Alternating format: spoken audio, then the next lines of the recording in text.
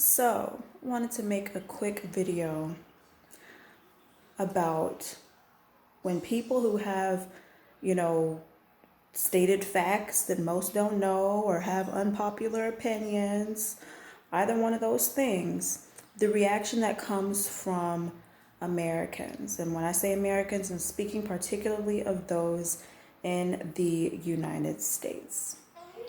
So, you know, obviously everyone was upset about the last two videos, but especially the one about the $1.9 billion that Ghana made.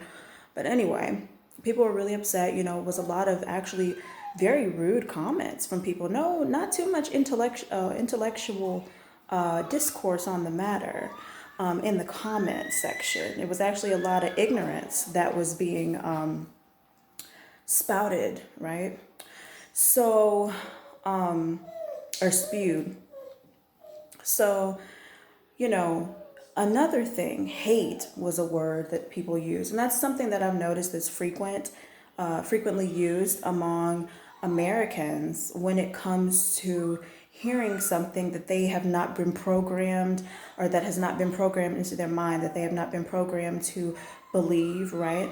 They say if it's something they've never heard before, oh, it's hate, it's hate, it's hate.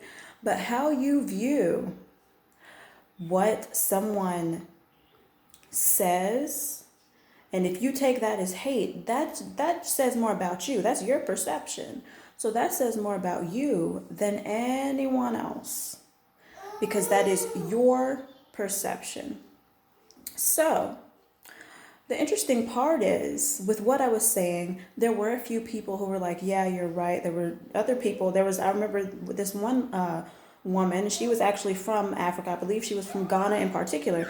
But she commented and said, you know, she's interested in, you know, she likes the fact that it's a new, fresh perspective. And so the thing is, she had more sense than you American Negroes claiming to be Africans. And the interesting part is also, another thing I want y'all to really meditate on is this African proverb, since y'all are so pro-Africa but don't give a fuck about America. And it says, now I'm not quoting it word per word, but it's something along these lines. When the lion writes the history, he's always going to write it from the perspective of the hunter and not from the perspective of the hunted. So, and I believe that one was, well, I've seen it quoted by Chinua Achebe. He's an author. But I don't know, it may have been said before he, you know, publicly put it out there. But the thing is, you have to think about these narratives that you're being told to believe, okay? You have to think, why would they continue putting this same narrative on TV year after year? Why would they continue putting these slave movies and films on television year after year? Why would they really tell you the complete truth about who you are and continually put it out there year after year on national television? Why would they play these films in theaters nationally? You have to really, and internationally, you have to really think about what is going on. Has colonists ever really promoted the truth about you on a wide scale? Think about that. Meditate on that, and meditate on that quote I gave you. Because here's one thing that I can say about people who are continental Africans. You're not going to go over there and tell them who the fuck they are and you're a foreigner. You know why? Because they're going to listen to the words of their elders. That's what they're going to do. Elder says this is what the village is, this is what we practice, this is who we are, this is our culture, this is our heritage, this is how we look, this is how we dress, period. And you as a stranger are not going to come, an outsider, going to come in and tell them who they are, because they value the words and the stories and the culture of their people. But you, most of you in the comments, and most of you was so-called Black Americans, okay? Quote unquote Black Americans. You all don't. A lot of you have grandmothers and great-grandmothers and great-great-grandmothers who have told you you're Indian. You don't listen. Not many of you have grandmothers and great grandmothers who will tell you that you are African. Not too many of you can say that. But because you trust the foreigner and you go and get these foreign DNA tests and think that they're accurate when they themselves will say, well, this is just based on the database that we have. And then they'll assign any unknown DNA, any unknown ancient DNA to Africa. Y'all sit here and actually believe all of these things and all of these lies you're being told, and that's being programmed into your mind year after year. When I first started my awakening, I learned about mind control programming. When I took psychology courses in school, we had to learn about different types of conditioning. Perhaps you all should go and look up and learn about mind control programming, what's done with mind control programming, the different tactics that are used, and things of that nature. Because a lot of y'all are just sitting here in dashikis, putting your fist up, wearing ankhs, and you really don't know what you're doing. There's so many people, including people in continental Africans, the ones over there, the ones who come over here, the ones over there who have access to American media, and the ones who come over here and live over here. They think that our history is very recent. They literally think that. You know why? Because they're going off the title African American, which we wasn't even called until the 80s. So how the hell you're going to say African American when my grandmother wasn't called an African American? My great grandmother wasn't called African American. In fact, when my great-grandmother was growing up, they referred to the darker skinned people as being black. They didn't refer to people my skin tone, her skin tone, as being black. And the reason why I know this, and it's different in different areas, but the reason I know this is because when I was talking to her before she passed away, when her and my mom were talking to her, my mom was asking her, was so-and-so black? And she was like, no, they were brown.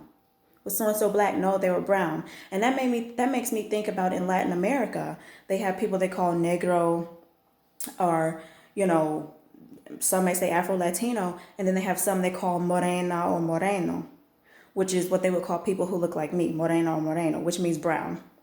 So the interesting part is you guys don't study too much of anything. Y'all read Dr. Ben, y'all read Dr. John Henrik Clarke. There are some truths in their writings, but that's not the complete truth. That's not telling the whole story. But y'all read those things and y'all eat this Pan-African narrative and y'all are ignorant about your very own history.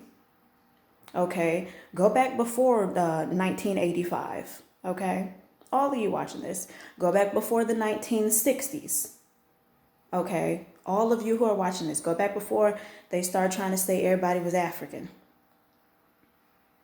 Go back before those times and study what happened in the Americas.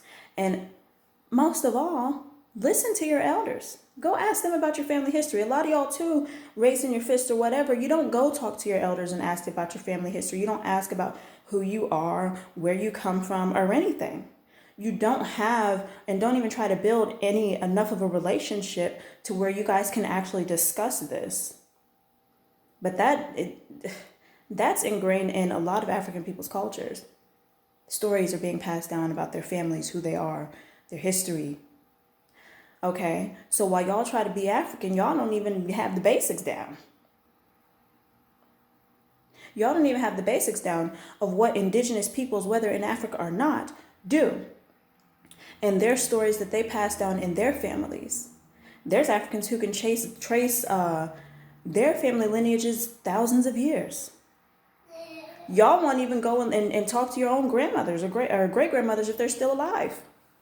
So the thing is, while y'all try to claim this narrative, you really need to think deeply about what you're doing. You need to think deeply about what's actually going on and why you're being programmed with these slave films year after year. I've said this about 3 or 4 years ago when I had a YouTube channel in the past. It wasn't this one. But and clearly, a lot of you all are still blind to what's really going on. I was going to call this video something else, but I didn't want my channel to get taken down. But that's basically all I have to say. Yeah, that's all I have to say. Oh, there's another video. While people want to talk about the Pan-African narrative and all this stuff and Africans, blah, blah, blah, blah, there's another video with continental Africans saying they didn't even hear about this slave narrative that's being pushed in America until they got over here. And I'm going to try to link that in the description box. So check the description box for that. You all need to really think about what you're consuming and what you're eating mentally, because guess what? It's eating away at you. And to those who come to me and ask questions respectfully, if I have the answers to those questions, you ask for sources, I will definitely send you some sources. I'm not a channel that's going to sit here and teach you a history of this, and that. I'll mention something and it's up to you to go research it for yourself. However, there are channels that are doing that and that are teaching about the history of the peoples in the Americas. So there we go. If I feel like it, I may post a link of one of those channels in the description box as well. But that's basically all I have to say. Y'all don't listen to your elders, but y'all want to talk about African culture and heritage and this and that. They listen to their elders over there. Y'all don't over here. Because it's a culture of degeneracy that's being pushed, and the Europeans are using ignorant as so-called Black Americans to push that fucking narrative. So people really think y'all lawless, y'all have no culture, y'all have no heritage, nothing, which is a lie. A lot of you may be that way, but not all of you are that way. So that's all I have to say, guys. Have a good night. Bye-bye.